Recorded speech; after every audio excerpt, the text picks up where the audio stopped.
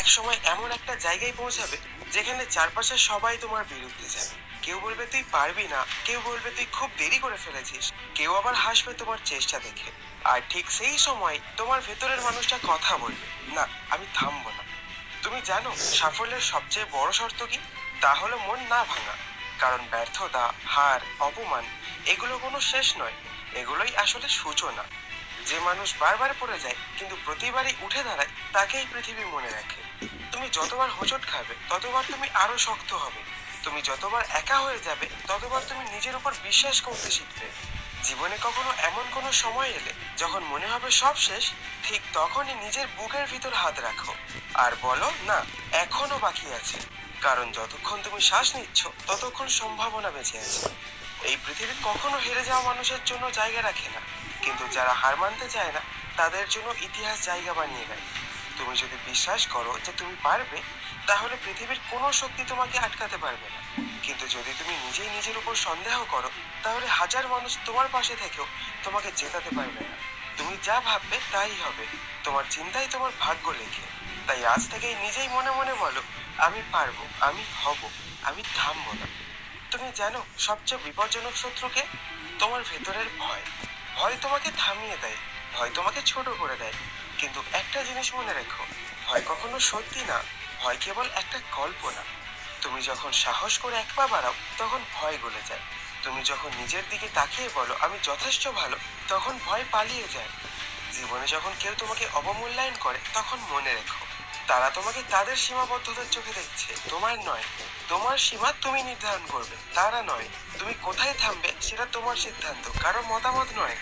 তুমি কি জানো প্রতিটি মহান মানুষই একসময় সাধারণ ছিল? একজন শ্রমিকের ছেলে হয়েও ভগৎ সিং স্বাধীনতার প্রতীক হয়েছিল। একজন সংবাদপত্র বিলি করা ছেলে হয়ে এপিজে আব্দুল কালাম রাষ্ট্রপতি হয়েছিলেন।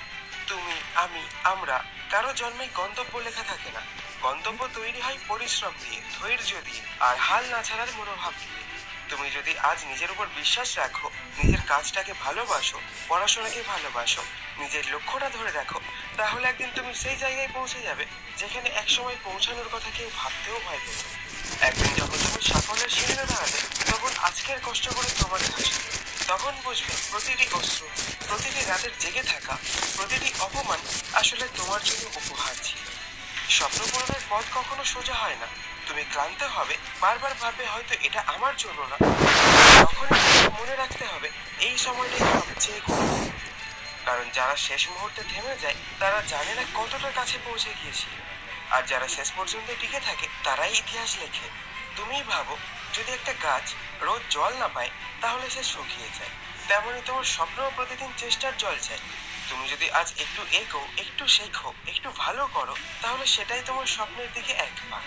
তুমি যদি একদিনে পুরো পাহাড় না উঠতে পারো সমস্যা নেই, কিন্তু আজ অন্তত এক ধাপ ওঠো। কারণ স্বপ্ন হঠাৎ পূরণ হয় না, স্বপ্ন ধীরে ধীরে পূরণ হয়, ঘাম দিয়ে, সময় দিয়ে, কষ্ট দিয়ে। তোমার প্রতিটি সকাল, প্রতিটি দেরি রাত, প্রতিটি চেষ্টা একদিন মিলেমিশে একটা বড় সাফল্যের গল্প বানাবে। তুমি যখন তোমার লক্ষ্যের দিকে এগোবে তখন চারপাশে অনেকেই তোমাকে থামাতে চাইবে। কেউ বলবে তুই অন্যদের মতো হ, কিন্তু তুমি আলাদা হতে জন্মেছো। কেউ বলবে এই কাজটা তোর দ্বারা হবে না, কিন্তু তারা জানে না তুমি কতটা জেদি। তুমি যদি নিজের উদ্দেশ্যের প্রতি সৎ থাকো, একদিন তোমার সাফল্যই তাদের জবাব দেবে।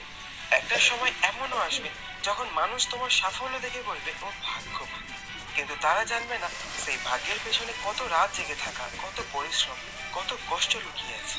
তুমি কেবল নিজের যাত্রাটা জানবে, অন্য কেউ নয়। তাই থামবে না, যত বাধা আসুক, যত অপমান আসুক, যত একাকিত্ব আসুক, তুমি এগিয়ে চলো।